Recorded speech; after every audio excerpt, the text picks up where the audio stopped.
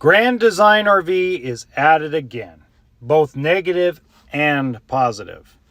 Welcome to HB RV Lifestyle, the podcast. I am the host, the Honey Badger, here to give it to you straight and transparent about the RV business, as well as other things. This is attempt number 5 to try to do this live. I think we're in a better area to do it. Let's rock and roll. So there's been a lot of things that have happened over the last couple of days with Grand Design RV, Forest River Riverstone. I want to take another look at the passing of Pete Legal. But before I get started into that, I want to address something. There's been a couple of RV YouTubers, not several, not a lot, not an infinite amount, not one, just a couple of RV YouTubers out there that seem to get their adrenaline rush from kicking me or making fun of me or whatever the case may be. Okay. I understand it. 200% understand it. It's an adrenaline rush when it's just an adrenaline rush, right? To get those viral views in that viral moment. I understand it. I used to do that. I used to refresh my YouTube Studio app every 10 minutes to see if I went viral yet. Let me see if I went viral yet. Thank God I grew out of that. And eventually these couple of RV YouTubers will grow out of it too. Okay? But let me be very blunt. Yes, I am homeless. Yes, I cannot find a job in the industry right now. And it's not because I've been banned from the industry. It's because the RV industry as a whole is down significantly. And even though they'll quietly tell you that RV dealerships are super excited about Donald Trump being elected president, there's also that thing sitting in the back of their mind going, 2025 is going to be worse than 2024 because nothing got solved. Nothing has been solved. That's kind of the problem, right? So I've applied, I've talked, and let me put it this way. A lot of the guys in the RV industry at the dealership level know who I am. And the first thing out of their mouths is, John, you're not going to make any money. First thing out of their mouths. I mean, you're not going to... There was a guy I talked to up in Northern California. You're not going to get rich. You're probably going to make more money doing Uber. It's a fact of life. Now, will 2026 be better? Yes. I truly believe 2026 and beyond will be better. But next year's really going to suck. So yes, for you RV YouTubers that want to make fun of me, hey, I'll be like Eminem from 8 Mile. Yes, I'm homeless. Yes, I haven't seen my kids. Yes, I made the decision. I put myself in this situation because I was chasing a dream job and I burnt through my savings chasing that dream job. And it's just a fact of life. I put myself in debt over things. At least I went after it. At least I went after it. That's all I have to say. At least I went and chased it. I didn't sit at home and watch Netflix, if you get my drift. Okay? So now I got to undig myself out of it. And I had a choice. I could either file bankruptcy and ruin my credit and then ruin any chance of anything occurring in the next 3 years, or I could pay the price now so I can pay any price in the future. So yes, the podcast, the main channel, all going to be done out of a car, not out of a house, not out of an RV. I get it. You can make fun of me about it. You're not going to get me down over it. And that's all I have to say, okay? I don't want people to feel sorry for me or anything like that. It is what it is. But I'm not going to give up, and I'm not going to stop doing the podcast, and I'm not going to stop doing the main channel. And if you don't believe that I'm really homeless, ask my kids. My kids will tell you. I'll send you video of me snoring in not a house, but possibly a car and possibly a homeless shelter. So for those RV YouTubers that want to kick me while I'm down, I can take it. Can you? Okay, now on to something else. So, Grand Design RV has, if you go to rvtravel.com, Grand Design RV now has this massive recall of close to 31,000 travel trailers, fifth wheels, toy haulers that have the same gas leak fitting problem, the LP fitting problem that they had in the past. So let me repeat that again, so that way it's a little more clear.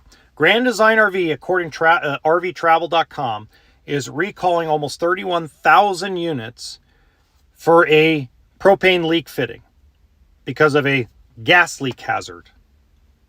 Now, memory serves me, this is the second time this has happened. Why haven't you learned your lesson? That's what pisses me off about RV manufacturing. Okay? RV manufacturing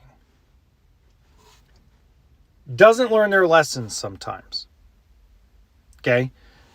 Now, in Grand Design's defense, because you guys know I'll give you both sides of it, there is a possibility that the vendor that they used, the new vendor they probably used, or the old vendor they're using, probably is cheapening it themselves up because they're trying to save because they know that 2025 is going to be a massive problem. Don't know. There's also a problem. There's no competition in the parts side of the industry. So when a purchaser from Grand Design goes to buy these LP fittings, there might only be one or two vendors. There probably isn't 8 or 9 to pick from that can get them the amount of fittings they need to manufacture as many RVs as they put together. So there is that possibility. But you still haven't learned your lesson. See, if I'm a purchaser at Grand Design and I already have been screwed over with tens of thousands of recalls on LP fittings, I'm going to a different vendor. I might have to build less RVs, but I'm going to a different vendor.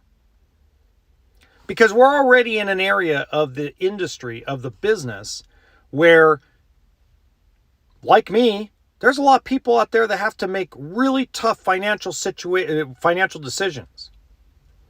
There's people in my industry, in the RV world, that are losing their homes, losing their cars. There are people outside the industry that are middle-class America, hardworking blue and white-collar folks that are losing their homes, losing their cars, maxing out their credit cards. So to pay for food, to pay for the basics.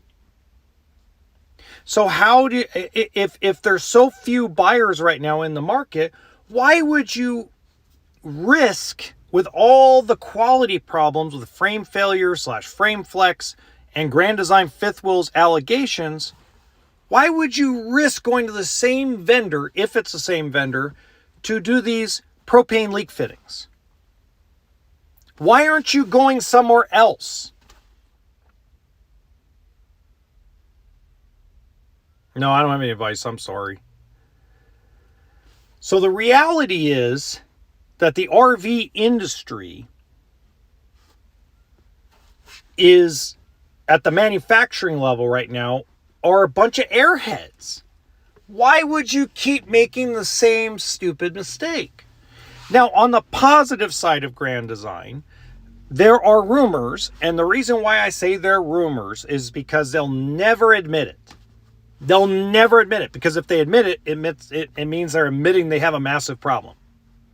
But apparently, the rumor is, and this comes from over 24 service guys, that Grand Design has gone to the Affinity Group in Indiana, seeking their counsel, seeking their help to fix the frame problem. And apparently, they're being a lot more pliable since Don Clark got promoted on fixing this frame problem. Greetings. So the reality is they know they have a problem. They know they have a massive problem with their frames. And I think they're doing the right thing. But this is my problem with it, okay, is yes, you're doing the right thing or you're attempting to do the right thing.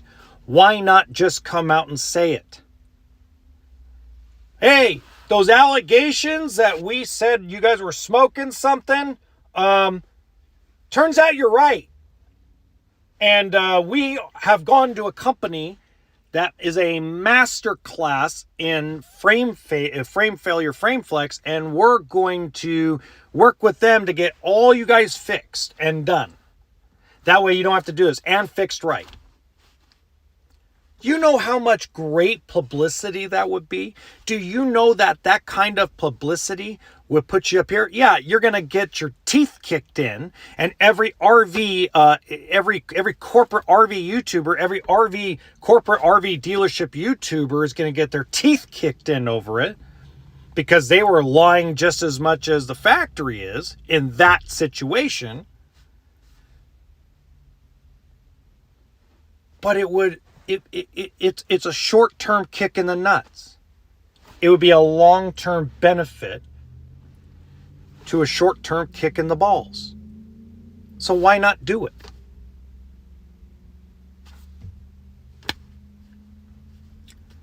It's the same thing with Forest River Riverstone right now. I'm getting a mixed bag of emails about axles, brakes, wheels, electrical work on the brakes. I'm getting all kinds of feedback. I can't even get to phone calls to people about it. I'm just relying on reading people's emails. Because number one, I don't have the time to call anybody right now outside of the sources I have. You know, it's craziness. One guy tells me in his email that Forest River's helping him. The next one feels like they're just getting goodwilled and set aside. I got another one that tells me that they wanted to have the rig bought back, but for some odd reason, Forest River's bypassed that and is trying to basically goodwill gesture and fix everything right. He wants out of it. They're trying to like basically go around him on that. I've got 3 people that have told me that they got the situation fixed. They're happy. They're everything's good. They're back on the road, getting ready for snowbird season. Forest River Riverstone, get your foot out of your butt. Get your head out of your rear end. You were one of my favorite products to sell, and now I got to sit there and kick you in the nuts for doing something stupid. This is the problem with the industry is, so everybody's now focused in on frame failure and trying to beat Grand Design and frame failure, but we forgot about the axles and brakes and stuff that stops the stuff? Are you freaking kidding me? Are you kidding me? The stuff that stops the coach, we're going to screw with that and get that wrong, but we're going to get the frame right. Put it together. You don't build that many fifth wheels. You should be able to put it all together. There should not be emails in my inbox telling me that Riverstone has brake problems, axle problems, and wheel problems. That should never come out of anybody's mouth with a 22,000-pound GVWR fifth wheel, with a 19 or 20 or 18,000-pound GVWR fifth wheel. That should never come out of anybody's mouth that has an MSRP of north of 200 grand. That should not be a problem. Get your stuff together. This does not need to turn into another me sitting here every day of every week going, allegedly Riverstone did this and allegedly Riverstone did that. Somebody go to the Riverstone plant and shove their foot so far up the GM and production manager's ass that they won't see the light of day until this is resolved and remedied. 6 people is 6 too many when it comes to brakes, axles, and wheels. Period. Especially when you're only building for 3 days a week. And you might build 2 to 4 a day. too much. That should not be a problem at all. Period.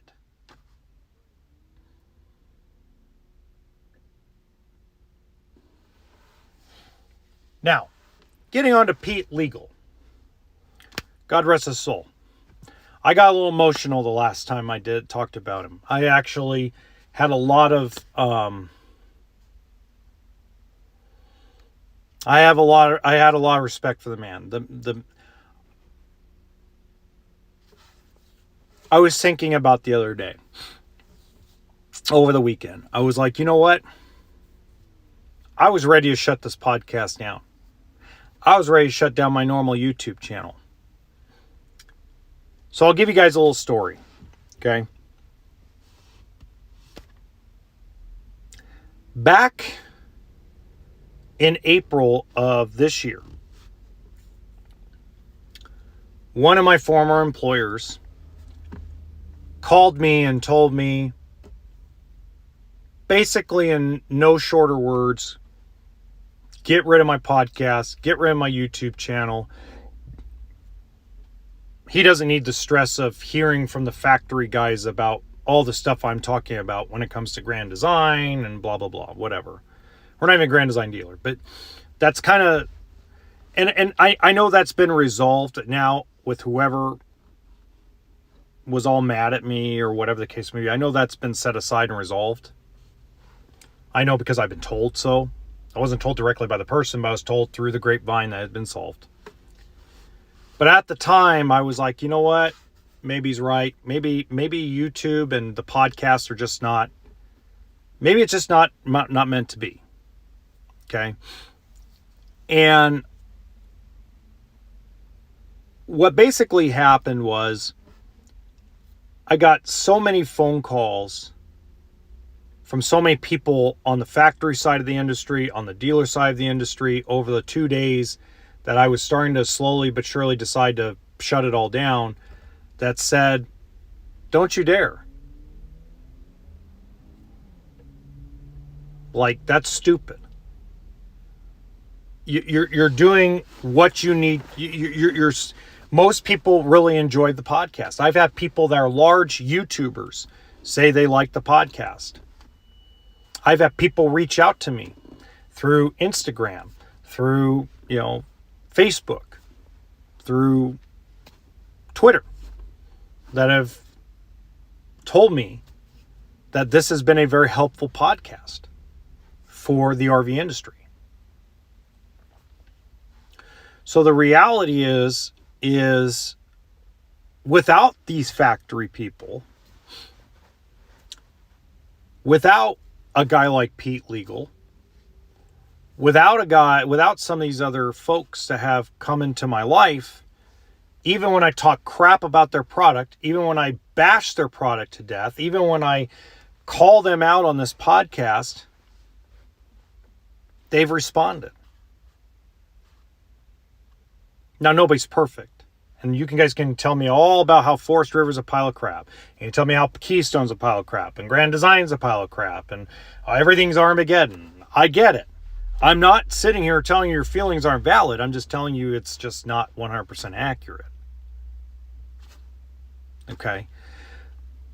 The goal of this podcast originally was for me to complain and bitch and gripe and get all my everything I was stuck in this craw, pissed off at the RV world about. Because I'd go home and go, really? This is so stupid. How do we have this kind of problem in the industry still 30 years later, 15 years later, 45 years later? I mean, you got to think some of these companies have been around 50 plus years and they're still having the same issues they had 50 years ago. I mean, nothing's changed.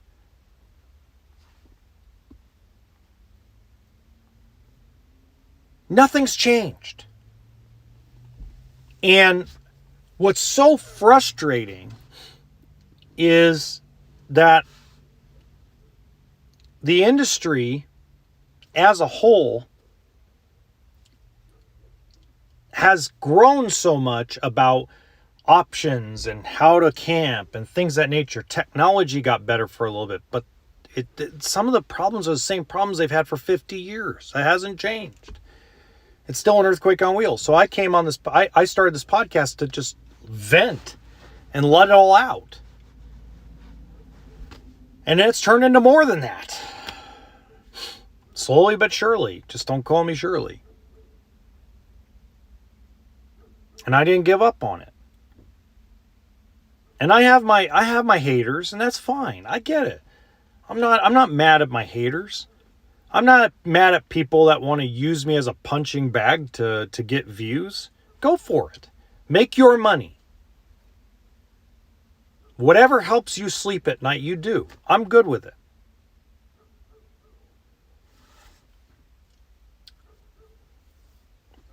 Thanksgiving is a time of reflection. I've reflected a lot. I've prayed a lot. And I do believe that at the end of the day, the RV community, the RV industry, and the RV world is all going to be fine in about a year. It'll all finally sort itself out because I think people will allow themselves to allow it to be sorted out.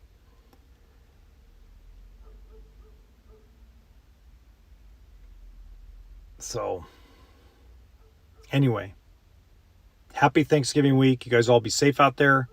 I'll be live on Wednesday to do my Thanksgiving show and go from there. Toolkit and sense of humor, folks.